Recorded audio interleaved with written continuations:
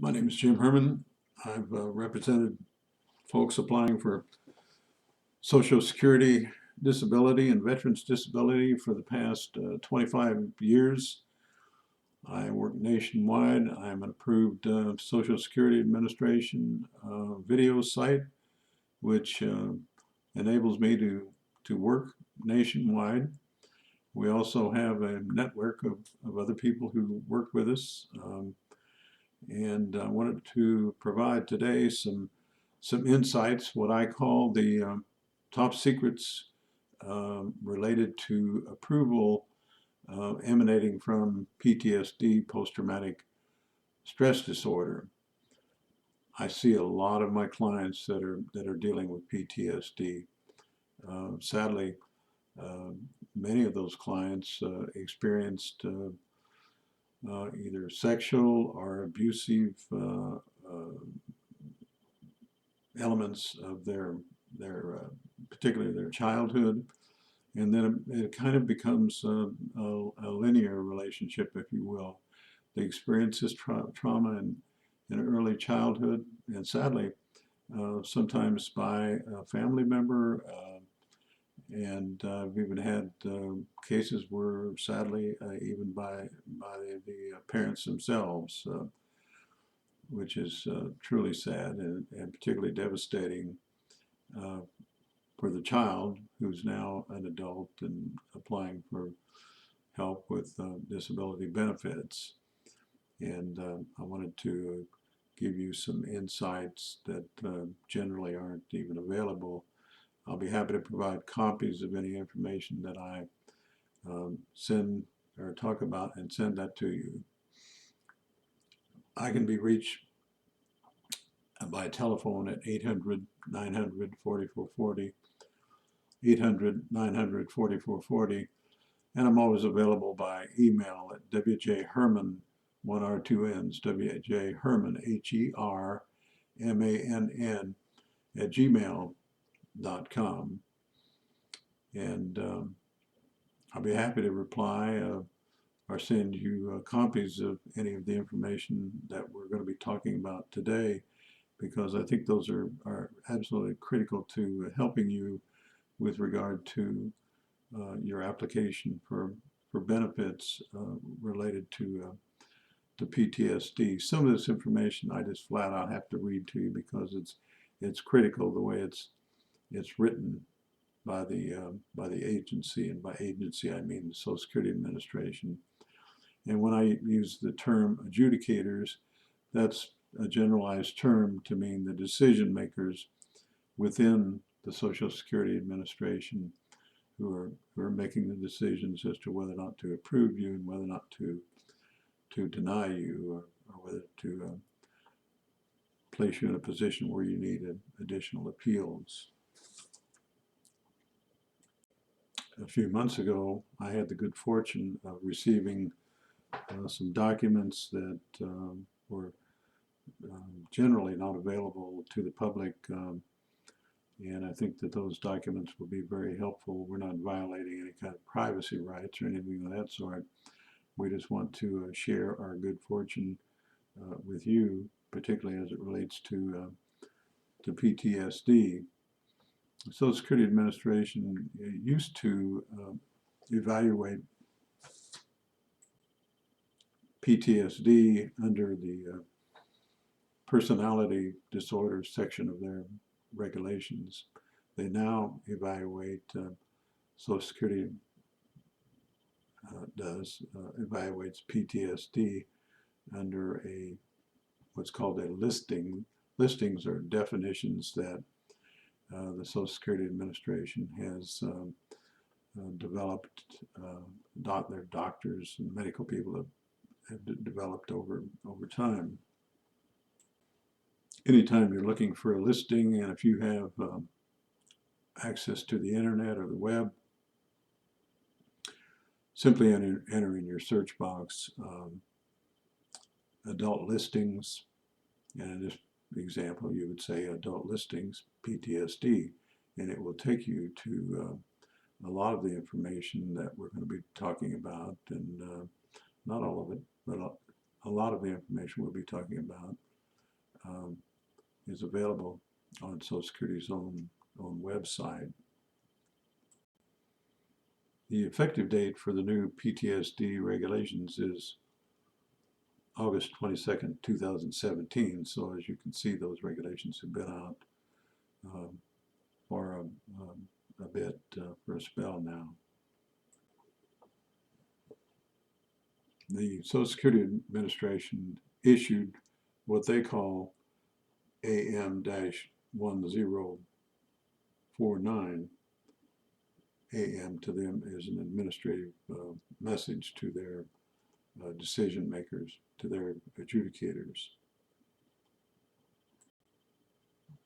I won't bore you with reading the entire document, but I think it's incredibly relative and important to you to be aware of the key points that were included in that administrative memo.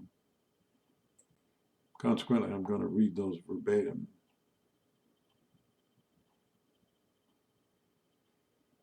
As we know, of course, PTSD originates from experiencing or witnessing one or more traumatic events, but symptoms may arise months or even years after that event. And I think that's key because, as I indicated earlier, many people are being subjected to abuse when they're children, and those emotional scars, sometimes they're there, but they don't really reveal themselves until many years later. They might manifest themselves in many forms. Again, quoting from that administrative memo, it's indicating that the criteria for 12.15, which is the PTSD adult listing,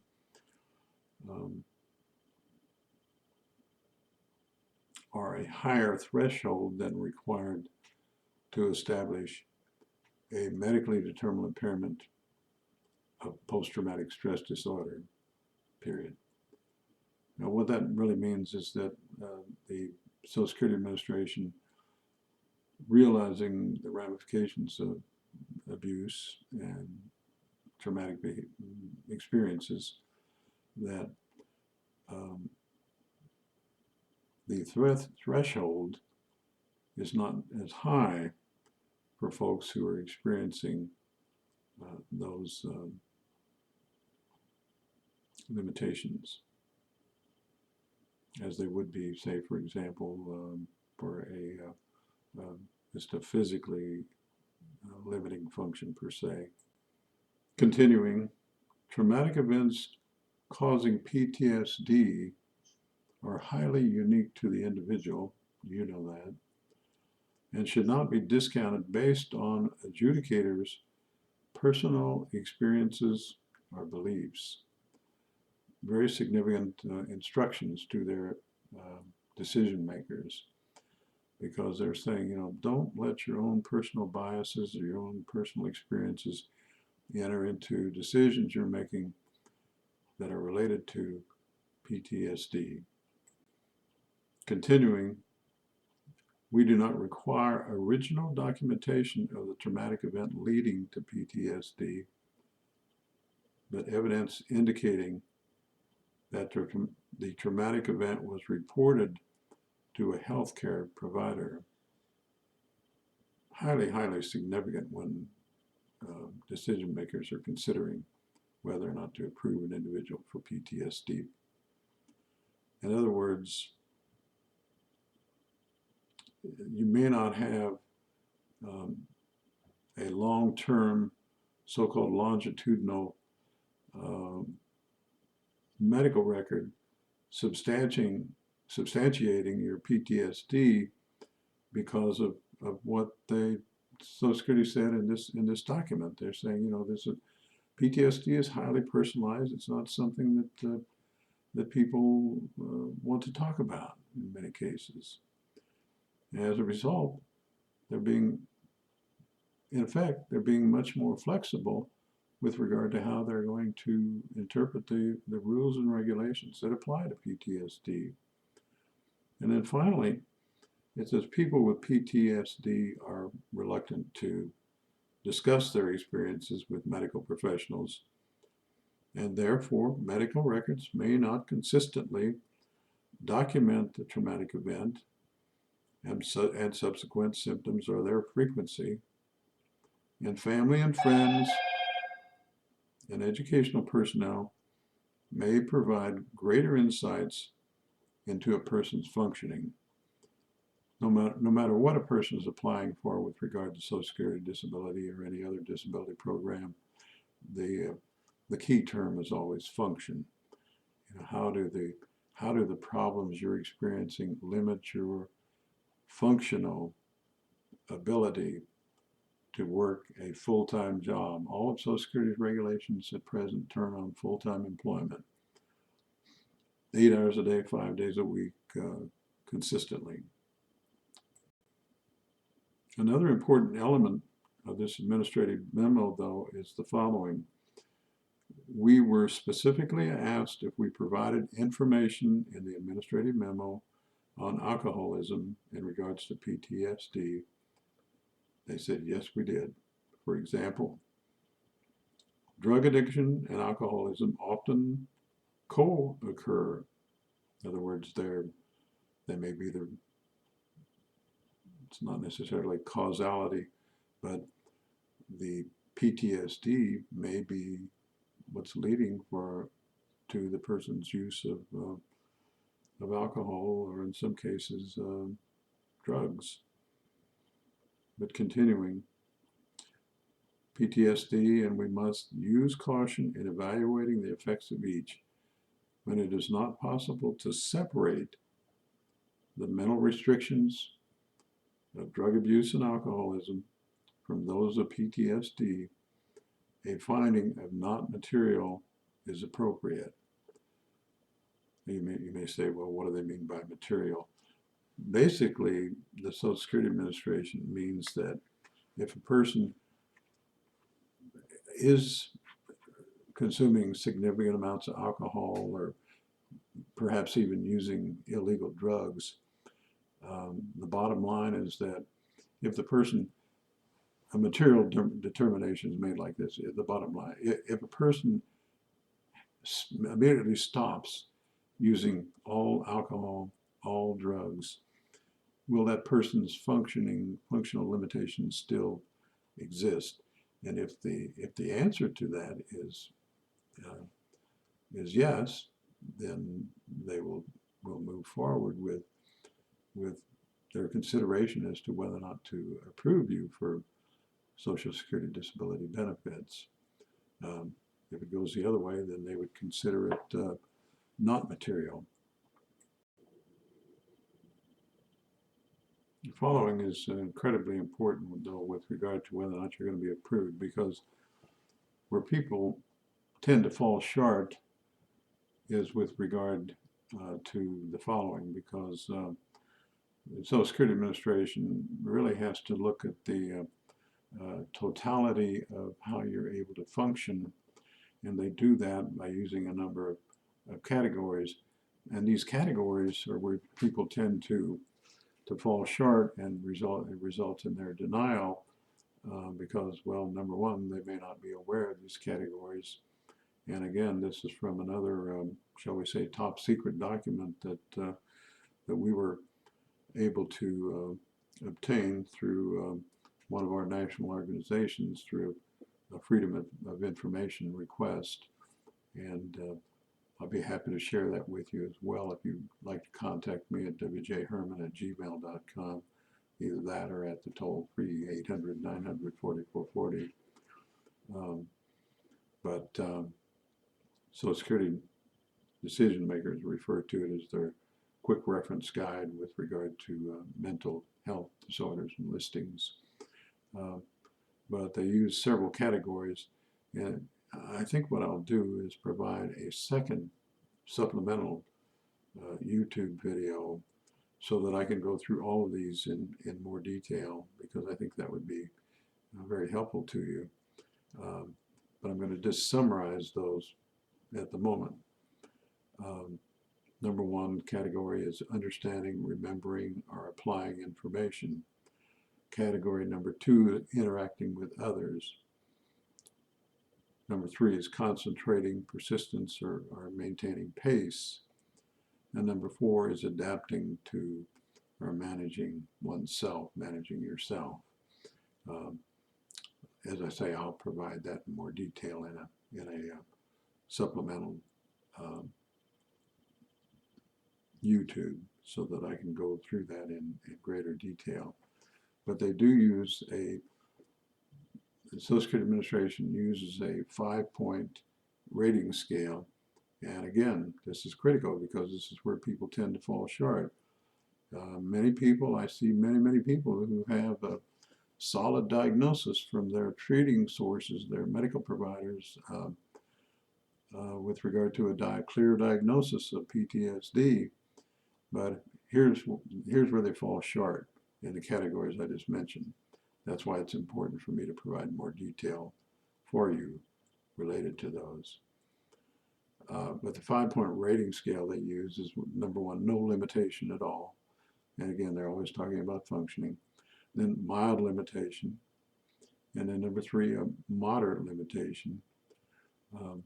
And then where we start to get into significant categories, and the categories that are typically required would be a marked limitation. Now, by marked limitation, I'm going to read the definition. You're functioning in this area independently, appropriately, effectively, and on a sustained basis is seriously limited.